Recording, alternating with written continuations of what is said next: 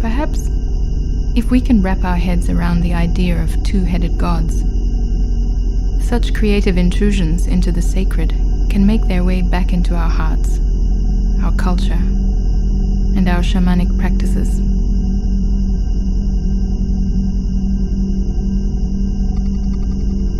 Then the next part of our study will build on these insights by considering aspects of our own spirituality in terms of contrasts and intersections with nature.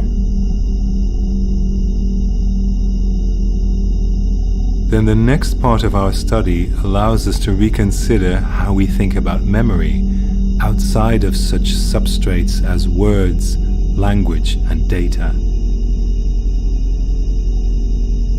Bees produce memories. Bacteria produce memories.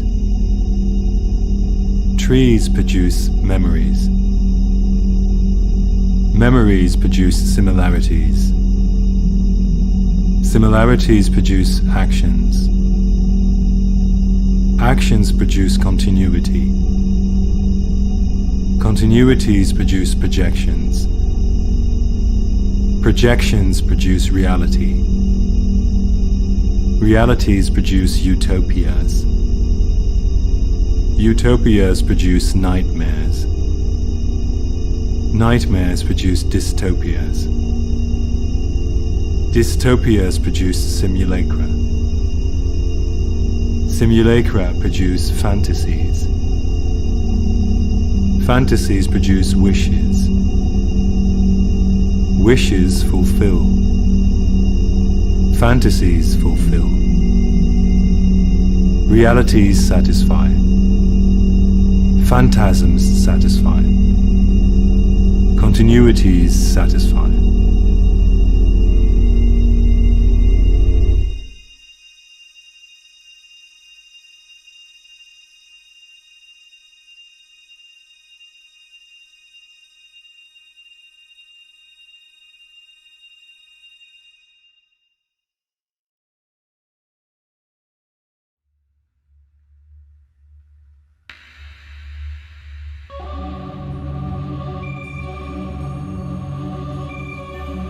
Tell me what you see.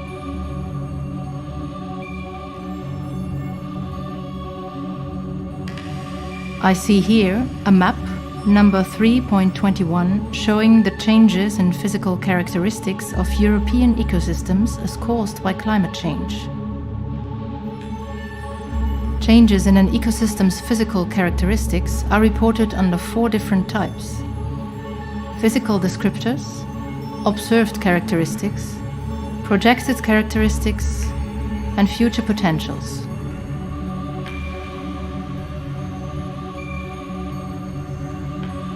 As will be seen, a change in an ecosystem's physical characteristics is not only an event in the spatial domain, but also an event in the temporal domain, which is experienced as a set of delayed visual events.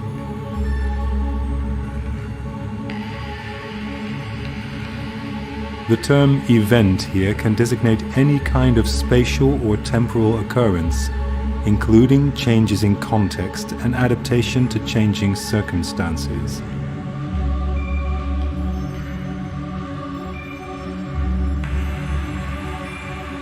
Although a change in presentation may be cause for wonder, it is by no means sufficient to account for the phenomenon of awe. Certain other types of transformation, such as the creation of new plants and animals, new types of forms, new materials, new modes of thinking, modes of performing, modes of experiencing. These are the processes on which all rests. In order to survive in the new environment, the recognition of these changes will be the first milestone on the road to the realization of the other. Let us sing.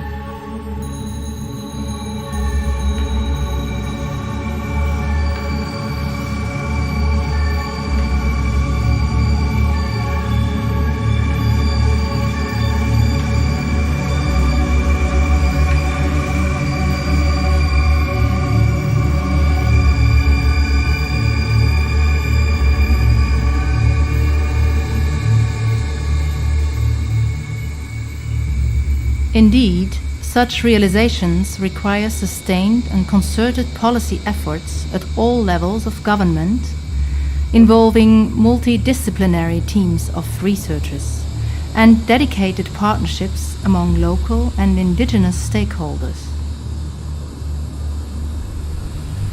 This section assesses the major enabling factors for the realization of the other, as well as the significant projects, partnerships, and skill sets already contributing to this goal.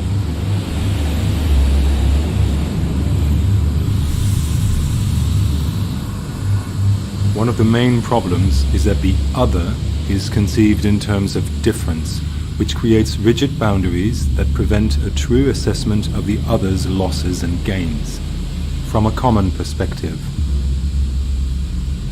If this separation of perspectives is maintained, it is difficult to recognize the other as other. This suggests an underlying assumption that the paths we follow are identical to the bridges that the other seeks to walk. Does othering the other also mean separating care for nature from a commitment to promoting other forms of environmentality, either economically, politically, or philosophically? Are care for nature and greed two sides of the same cracked coin?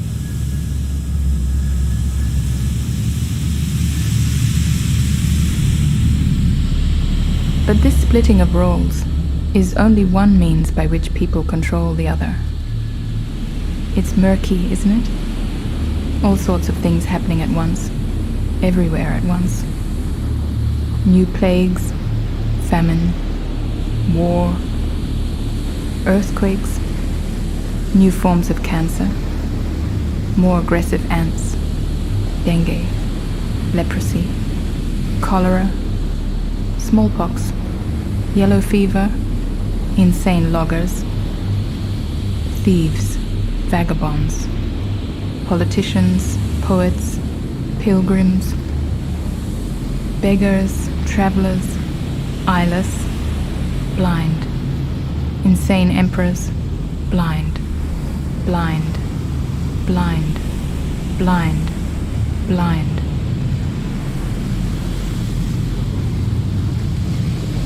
A pigeon can smell a rat from 2,000 feet.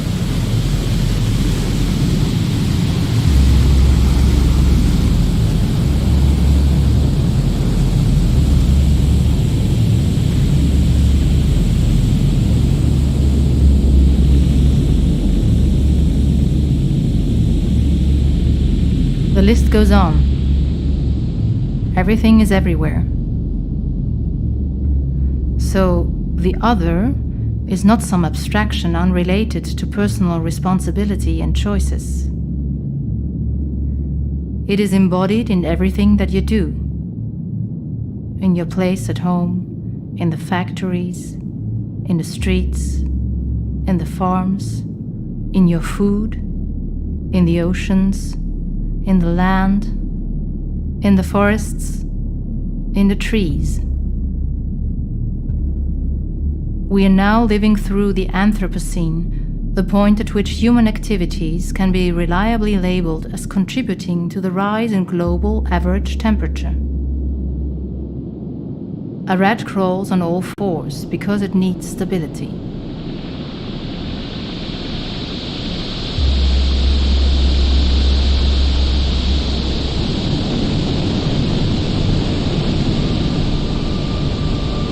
So, let's talk about anthropocentric things. Collapse. Collapse of all cultures, and more broadly, collapse of the order in which things are hyperpoetically or sympoetically organized. It would be very easy, and would ignore the scope of the problem, to say this: just go see animals on the internet. Go do a hard search on Amazon.com. But this is just anthropocentrism. We can't talk in terms of symbiogenesis when attributing our well-being to a merely biological world and attributing our ills to a purely mathematical world. Instead, can we talk about those cyborg processes that are both mechanistic and ecologically conscious?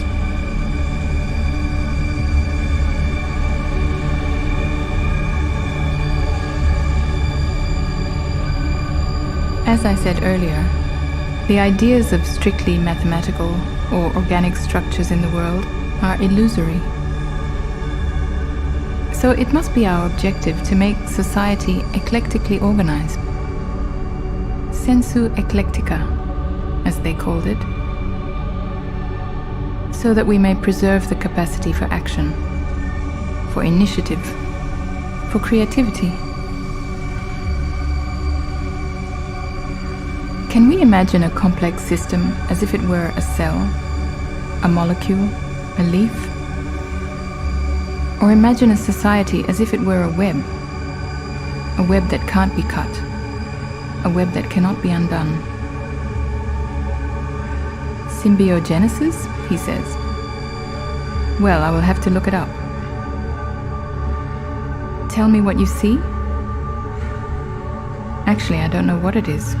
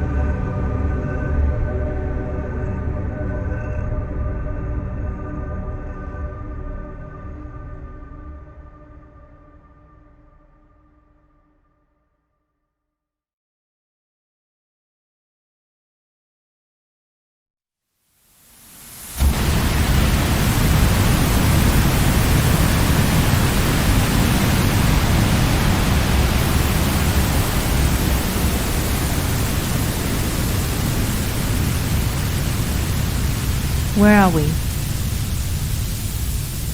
How did this happen? What will we miss the most?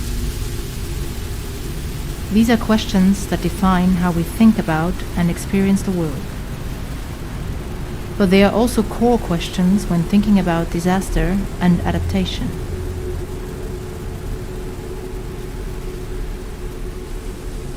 Disaster is defined as the abrupt and specific deviation of lawful orders from equilibrium. Adaptation is defined as a change from one state to another, when the goals of conservation or restoration are pursued individually or in collaboration with others.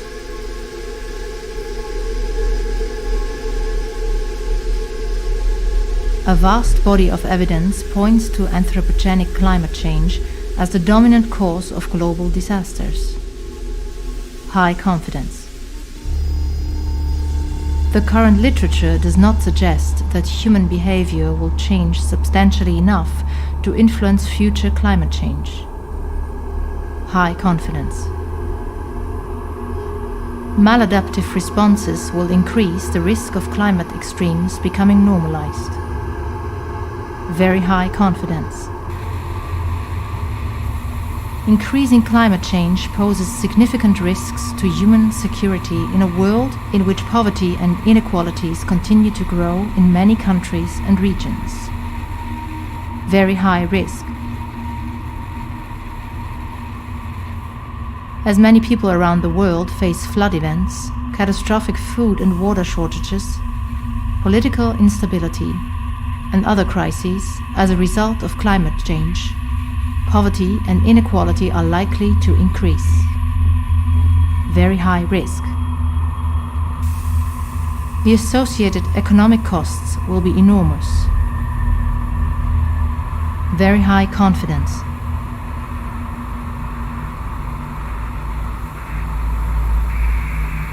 An increasingly global and mobile society make adaptation more challenging in some regions. Countries that wish to remain competitive in a globalized society will need to adapt to climate change. However, the current global economy is unable to support large-scale, long-term investments in adaptation. Attempts to locate large investments for adaptation in developing countries will not be successful. Attempts to establish global efforts towards adaptation in the context of sustainable development will not be successful. Nevertheless, at some time in the future, the beginnings of a climate change awareness database, known simply as the list, will be created. The list is expected to be exhaustive, including numerical designations for all compounds that justify a formal warning. Cyclodextrin, pyriproxyfen, sodium hypochlorite, trichloroethylene, sodium bisulfite, diatomized hydrogen peroxide, hydrogen cyanide, chlorine nitrate, chlorine dioxide, bromine nitride, dichloramine, dichloromethane, dichloroethylene, dichlorohexane, dichlorophore.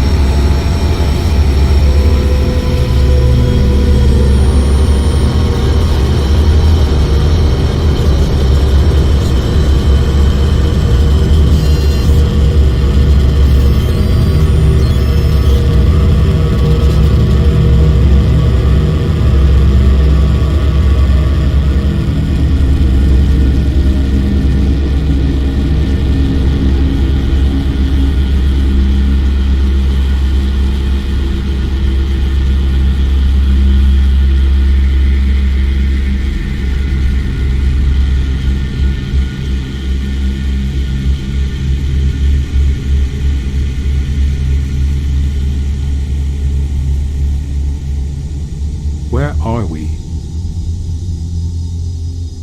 What are we made of? Can we be divided in two? Do we even exist? What do our spatial relations to different living things actually represent? And what is a thing? A human is a nebulous thing that started by forming dense connections with other nebulous things. A human, in this sense, is an accident. Human, something that happened. Human, not really a thing. Human, a meme.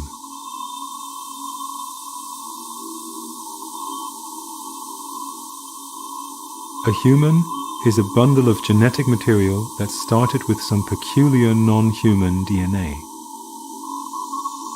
Slightly creepy, slightly strange, slightly scary. But back to the point. What is a thing? What is outside of a thing?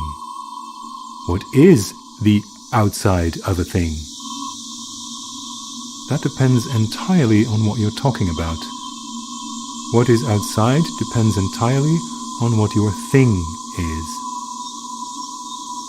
When you're talking about relationships, everything depends on what you're talking about.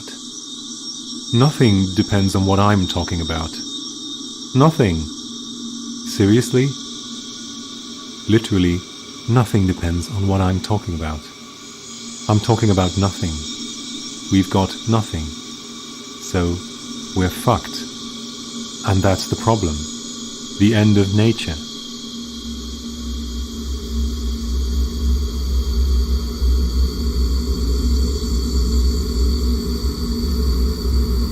What happens after the end of nature? What happens if we think of the end of nature as a kind of geo-historical beginning? What happens then when we think of the others? The list of others is endless. And if I ask myself, why can't I imagine a better life for my child? Shouldn't I also think of other beings and ask, why can't I imagine a better life for my whale? Or think of other times and ask, why can't I imagine a better life for my volcano? And if we find that we cannot be divided in two, then this is not a pretty picture. For our spirits will not hold up well in the somber reality of the infested, absurdist, unforgettably tragic, physical semiotic world.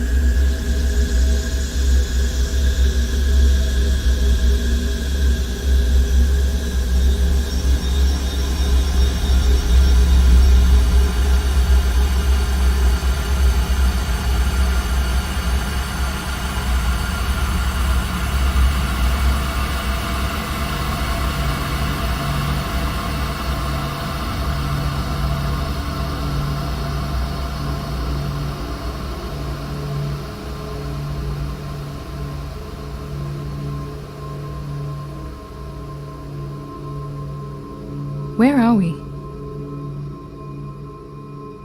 Let's try to picture the scene. We are at the edge of the forest, at night. It is dream time. There are trees here, but no humans. Overhead, the sky is very dark, a sky of blackness. We drift in the dark. Our vision is limited, but the trees cast shadows that challenge our imagination.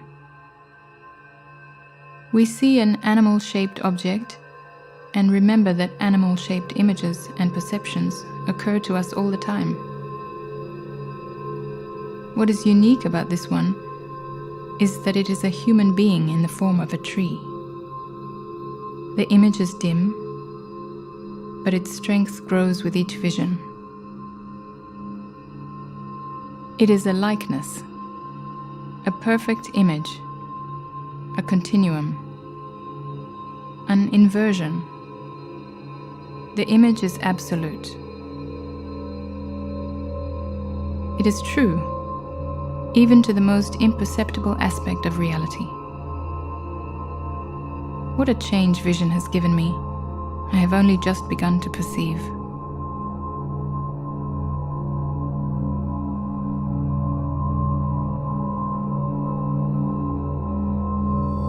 Before, when I could barely identify anything that seemed real, I would look through my vision like a sliding curtain of diamonds and see the world as it was. If we let it go, we will be just like it. Dead. Or, more exactly, dead to our own likeness. We will cease to be what we are, in relation to the object of our vision. We will cease to be what we are, in relation to anything and everything. Everything at once. All that is fleeting, all that is disappear. Is that what we seek? To be destroyed? To vanish? We are the trees that look to the stars. And all that is fleeting, all that is disappear. We are the nights that sing and are heard. And all that is fleeting, all that is disappear. We are the stars that shine and are unseen. And all that is vanish, all that is disappear.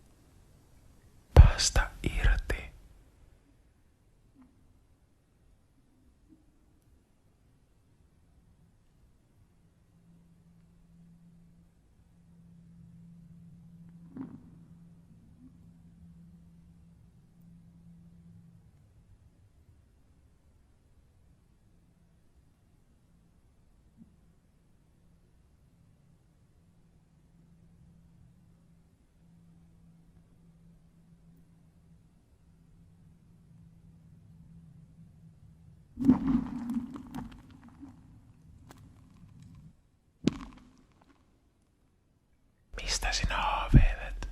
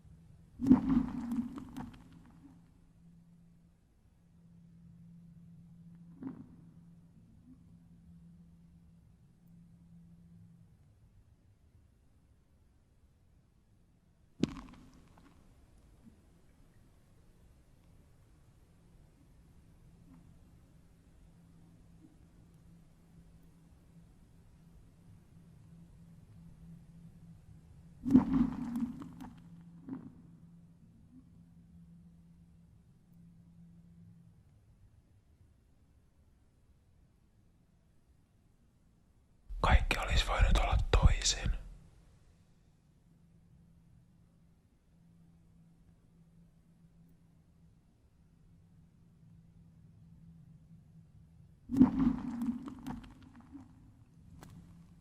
Entä jos kukaan ei näe sinua?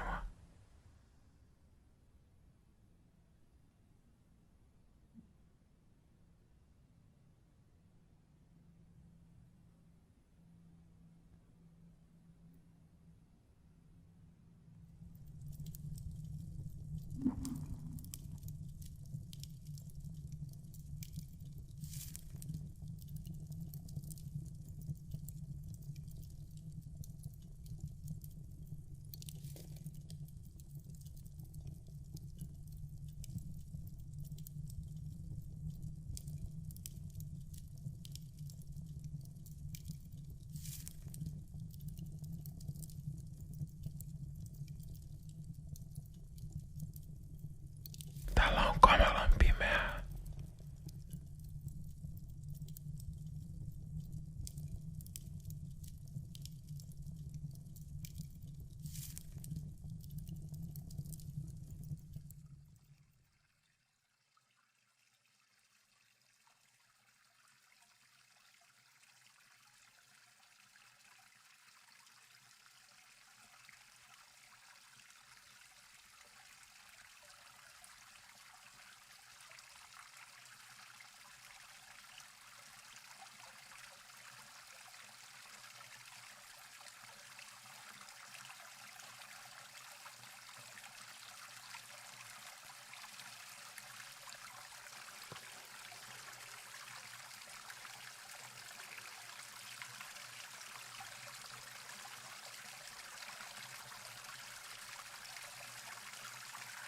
Kuka sinä olet?